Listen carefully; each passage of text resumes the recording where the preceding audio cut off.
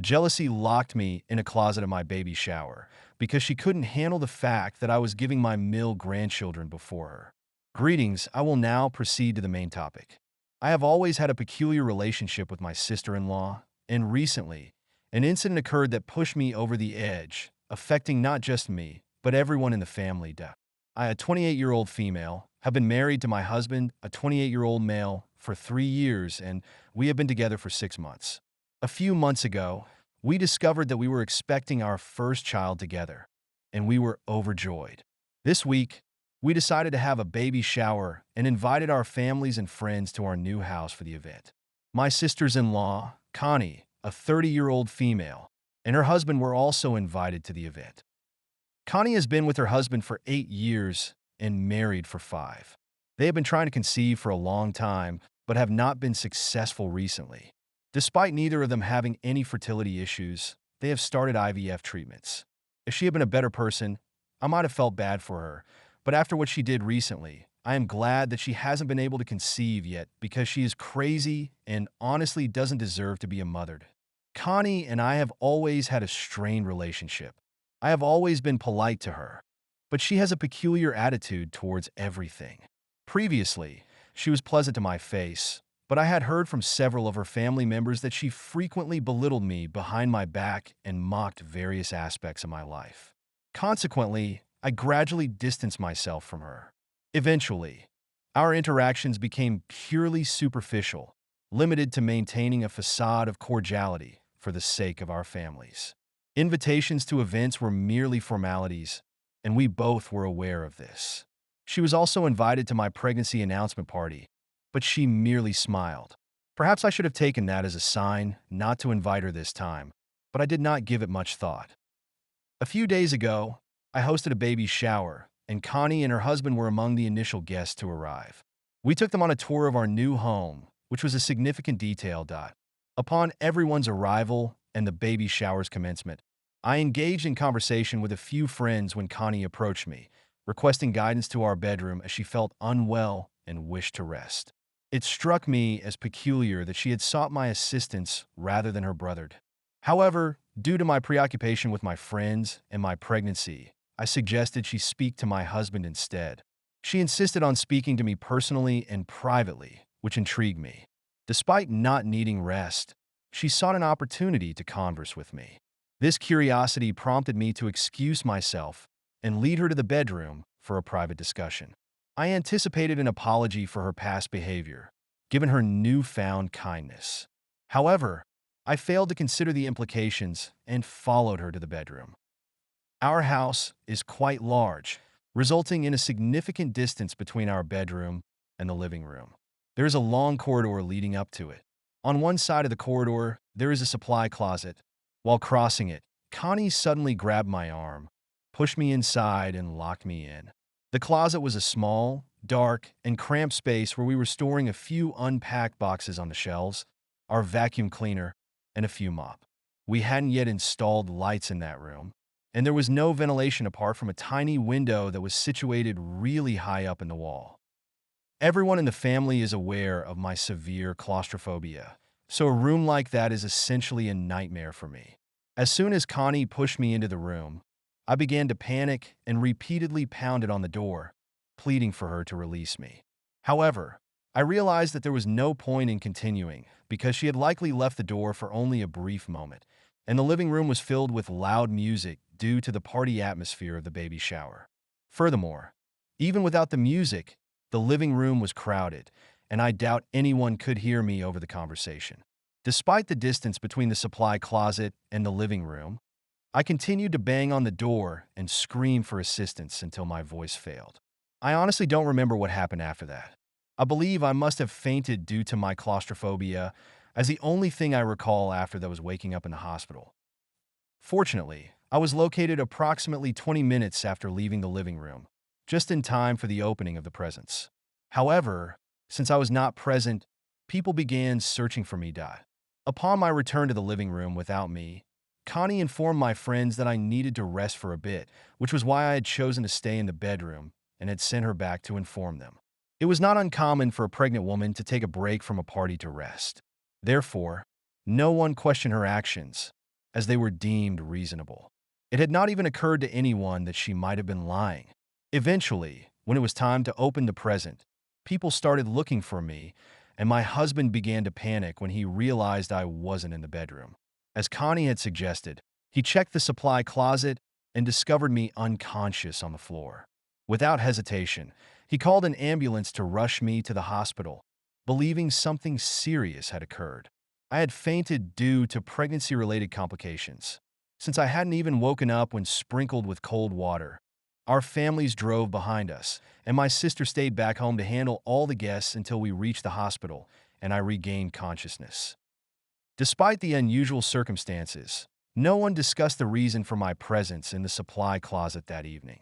I am someone who avoids entering such spaces during daylight due to their cramped and small nature. I remained unconscious for approximately 10 minutes, and upon regaining consciousness in the hospital, which is conveniently located near our residence, the medical staff conducted tests before informing my family that there was no cause for concern. It was determined that I had fainted due to a drop in blood pressure, which was not surprising given my ongoing struggles with fluctuating blood pressure since my pregnancy. The combination of claustrophobia and panic attack must have triggered my fainting spell, resulting in my unconsciousness for 10 minutes. My sister ensured that all guests were served food and reassured them that I was fine, alleviating their concerns. Upon returning home, the mood was somber, and everyone retreated to their respective homes. It was just my family, and I left to investigate the incident. I was physically and emotionally drained, and despite my recollection of the events, I was not inclined to revisit them. I simply wanted everyone to depart so I could rest. Fortunately, my friends who had been speaking to me before I left the room with Connie had overheard our conversation. They were aware that it was Connie who had taken me out of the living room. Consequently, we went to the bedroom, and it was highly probable that she was responsible for this. Before they left, they informed my husband about it. They did not bother me that evening, but the next morning, I learned from my husband that he had confronted Connie before the family had left. While I was resting in the bedroom, they were arguing in the living room. Our families were present, including him, and Connie steadfastly denied any involvement in locking me in the supply closet. She claimed that she had accompanied me to the bedroom to apologize for her constant coldness and meanness towards me, and that we had reconciled over the past few years. Then I told her that I wanted some time away from the party, so I stayed in the bedroom, and she came back. So she really had no idea why I had ended up in the supply closet and denied having anything to do with it. And since it was just her word against my friends, they couldn't come to a conclusion that evening. The following morning, I awoke in a much improved state. After breakfast, my husband inquired about the previous night's events, and I recounted the entire incident. I explained that I had persistently pounded on the door of the supply closet, imploring Connie to release me, but she might not have been present to hear my pleas. My husband was incensed and summoned the rest of the family to address the situation once more. This time, I was present, ensuring that Connie could not deny her actions.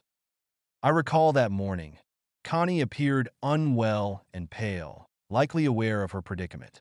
Her husband, though visibly concerned, seemed unaware of the specifics of her actions. I recounted the events of that evening, confirming that Connie had pushed me into the closet and left me there. Everyone was visibly shocked, and there was a palpable silence as no one knew how to react.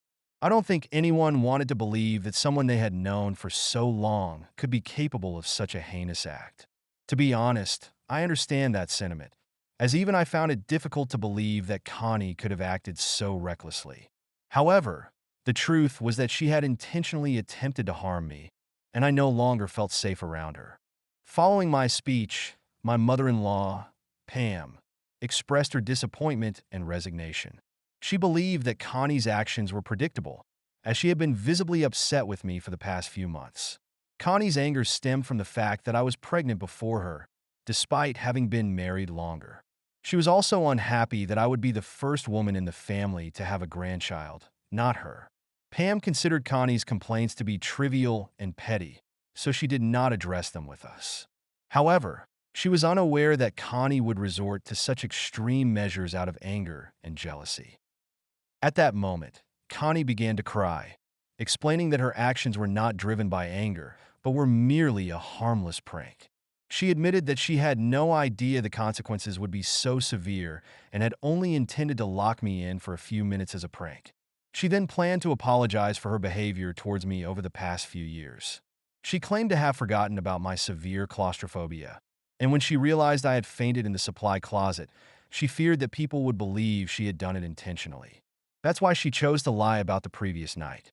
However, she now insists that it was just a prank and she did not intend to harm me.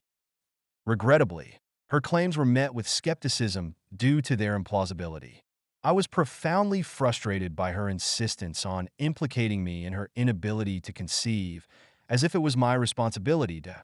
I had not even been rubbing anyone's face. As she mentioned, I had only held a pregnancy announcement a few months ago, and now this baby shower.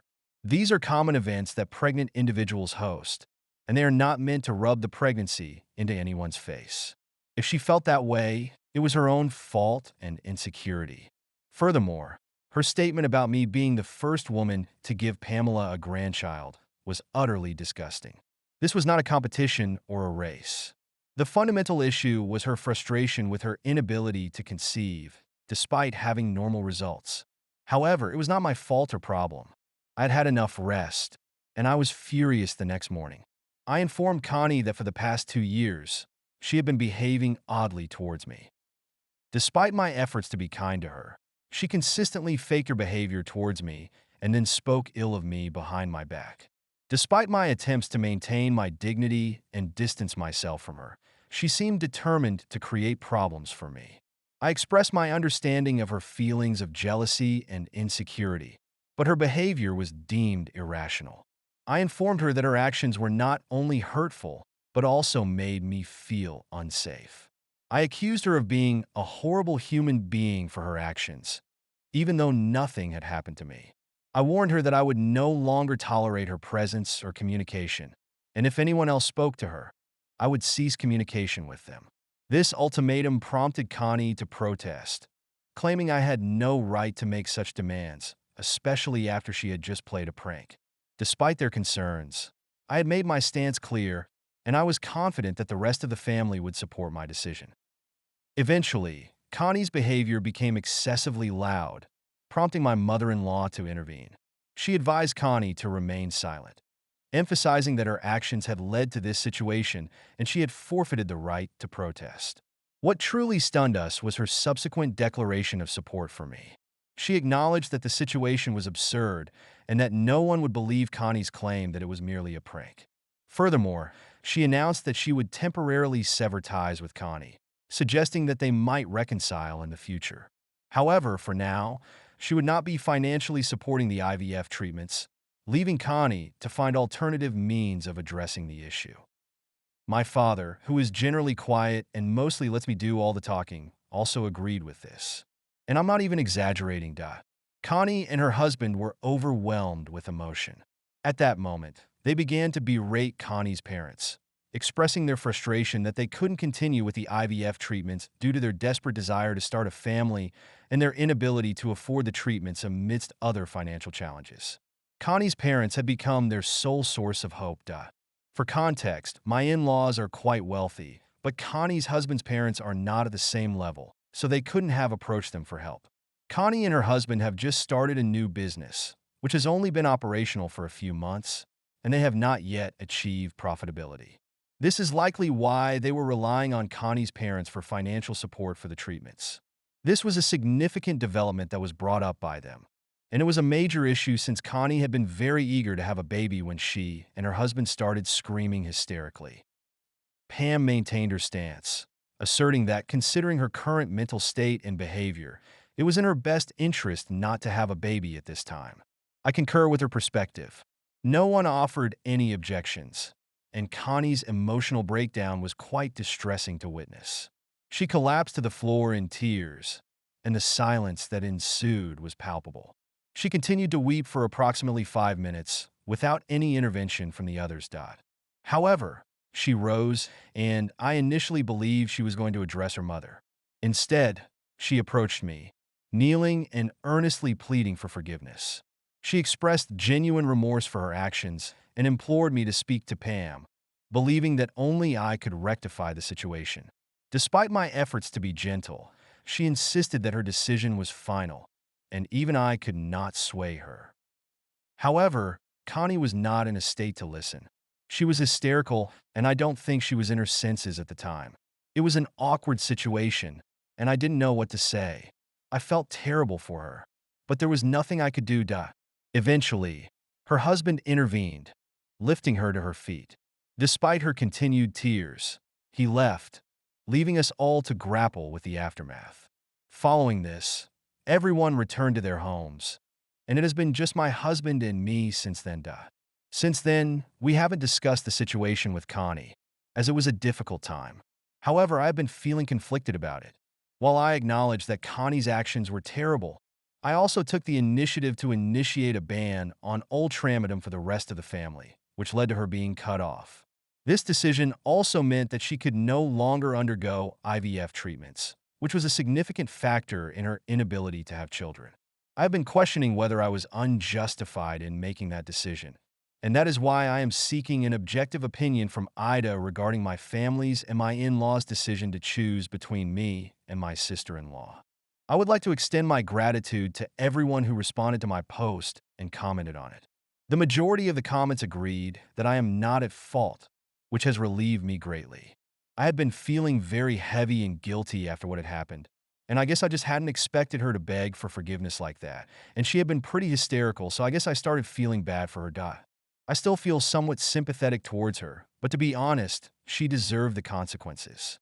It would not have been fair for her to escape without repercussions, especially considering the nature of her actions.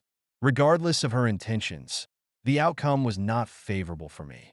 To be honest, I still believe she is not prepared to be a mother. If she behaves in such an irresponsible manner simply because she is angry with me, I am uncertain about her readiness to handle the responsibilities of motherhood.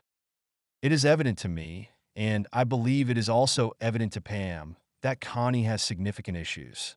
Therefore, until she addresses these issues, it is advisable for her to refrain from motherhood. I have discussed this with my husband, who reassured me not to worry about it. He mentioned that his sister had always been somewhat impulsive, but everyone believed she had outgrown that behavior in her teenage years. She was known for being a vindictive and mean girl in high school and even in college. However, her behavior was not just mean, it was cruel. I was aware of her vindictive streak, but the intensity and frequency of her actions were unexpected. After my husband's reassurance, I felt significantly better about the situation. I am now determined to put all of that behind me and concentrate on enjoying the remainder of my pregnancy. Update 2. 8 days have passed since my baby shower, and since the event did not conclude as expected, we hosted a formal dinner for everyone tonight to make it up to them. It is worth noting that Connie and her husband were not included in this event. I had not opened any of the gifts, so I decided to open them today with all my friends and family around me. We were all having quite a nice time until dessert was served, because that was the time around which Connie decided to make a post on social media calling me out on my behavior. The irony is astounding that after everything that has happened, she's the one who is calling me out. I had blocked her shortly after the incident had taken place. I didn't know about the post, but she had tagged a couple of my friends and a few family members on it, so they were notified and read it out to me. It was ridiculous she had posted that. Apparently, I'd always been in competition with her, and I had really thought that I won when I got pregnant before her, and she acknowledged the fact that she had lost her temper a couple of days back during my baby's shower and had locked me in the closet. But my way of retaliation has been a lot more severe than what she had done. She posted that I had forced her family to cut her off and made sure that she wouldn't be able to get pregnant by convincing her mother not to contribute to her IVF treatments anymore. But unfortunately, my plan was not going to work because they had decided to pay for the IVF treatment themselves, and they were definitely going to have a baby, so the rest of the family could cut her off. But it was not going to make a difference to her because she was determined to become a mother and start her own family, and that family would be far better than the one she was born in.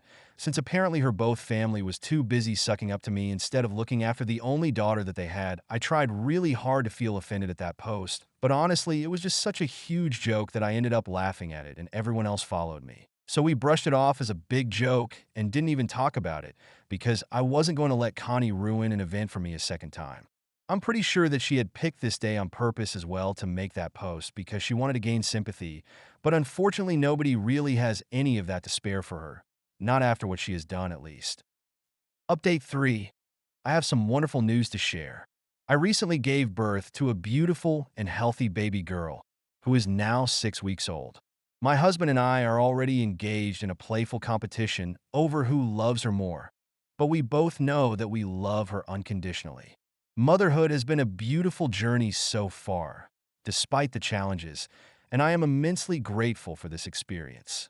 However, this update is not about my daughter, although I could certainly write extensively about her. Instead, I want to discuss Connie, who is currently going through a divorce, and I am not surprised by this development. I have heard from a few sources that she and her husband have been living separately for the past few weeks.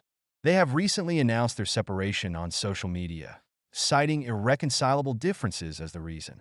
Despite their efforts to reconcile following the incident with me, the stress of the situation appears to have been too much for them to bear. It seems that the divorce will not be amicable, as they have decided to sell their business. If it had been a mutual decision, they would not have attempted to sell it, as it was their first venture and they had invested a lot of effort into it. Although their separation is not surprising, it is unfortunate.